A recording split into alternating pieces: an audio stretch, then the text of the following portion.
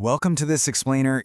Today we're diving into a really massive paradox. Why is it that some people start with absolutely nothing and manage to build entire empires, while others work themselves to the bone their entire lives and still struggle to get by? Well, spoiler alert, it is rarely just about luck or raw intelligence. It almost always comes down to daily money habits. So let's unpack a 10-habit blueprint used by the wealthy that absolutely anyone can learn and apply to their own life. But before we jump right into the specific habits, I want you to ask yourself a super powerful question. Really think about this for a second. If you stopped working today, would your income continue? If your honest answer is no, then it's time to shift your perspective. You see, most people spend their entire lives just exchanging their time for money. But to build true financial freedom, we have to transition away from merely depending on a paycheck and start focusing on building assets that generate income for you while you sleep. All right, so we've grouped these 10 habits into 4 really actionable pillars for you. 1, the wealth mindset. 2, mastering your cash flow. 3, strategic spending and earning. And 4, growing and protecting wealth. Let's get right into it. Starting us off with Pillar 1, the wealth mindset. This is all about rethinking money and time. So the core difference in mindset really boils down to just one simple question. Someone with a poor mindset looks at money and asks, "What can I buy?" But a wealthy mindset looks at that exact same money and asks, "What can I invest in?" Instead of constantly consuming things, the wealthy actively acquire assets. We're talking about things like stocks, real estate, or businesses that actually put money back in your pocket. Think of it like this. Every single purchase you make carries an opportunity cost. You aren't just spending that cash, you are literally losing what that money could have earned you if you used it differently. So before you buy the latest tech gadget or that expensive watch, you have to ask yourself, is this going to grow in value or lose it? Thinking like an investor with every single swipe of your card will completely change your financial trajectory. Moving right along to Pillar 2, mastering your cash flow, because it's really about keeping the money you make. Okay, so the fundamental rule of cash flow is simple. You must pay yourself first. You've got to automatically invest or save a minimum of 20% of your income. And I mean do this before paying bills, before buying gadgets, and definitely before spending a dime on entertainment.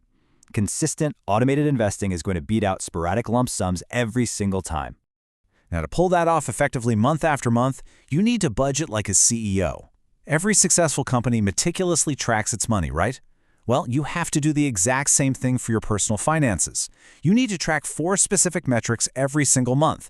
Exactly how much you earned, how much you spent, how much you saved, and how much you invested.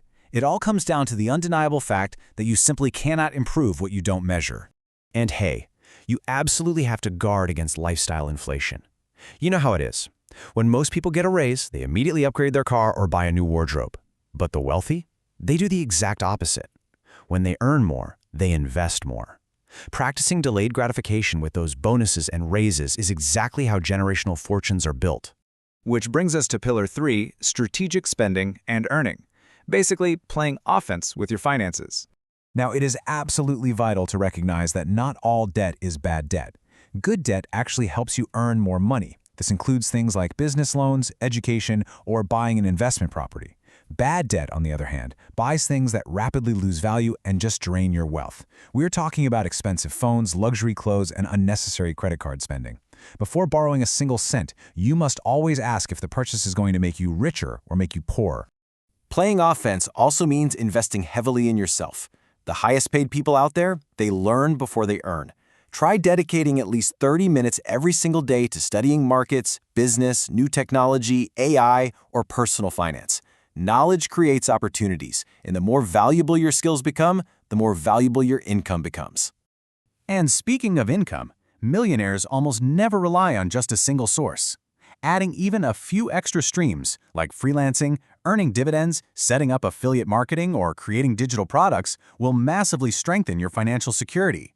The more streams you have flowing in, the less vulnerable you are if one of them suddenly dries up. All right, our final section, Pillar 4, growing and protecting wealth. This is all about time and defense. Listen, time is without a doubt your absolute greatest financial advantage. It's exactly why a 20-year-old investor can end up with significantly more wealth than a 35-year-old, even if the older investor contributes more money each month. It's wild, but it is entirely due to the accelerating magic of compound growth. Your money earns returns, Those returns earn more returns, and the cycle just keeps going. The earlier you start, the less you actually need to invest out of your own pocket.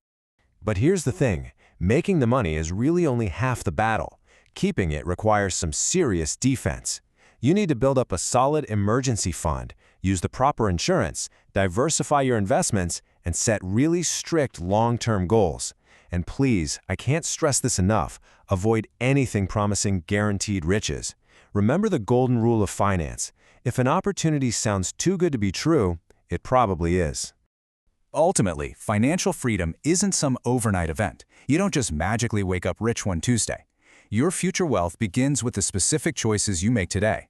It's the culmination of small, patient habits, saving, investing, continuously learning, repeated consistently over time to create extraordinary results. So I'm going to leave you with this final thought to really ponder. Which of these money habits are you going to start practicing today? Which one will you commit to right now so that you can stop working merely for money and finally make your money work for you? Remember, the choices you make today dictate your future wealth. Thanks for joining me on this explainer, and go put these habits into action.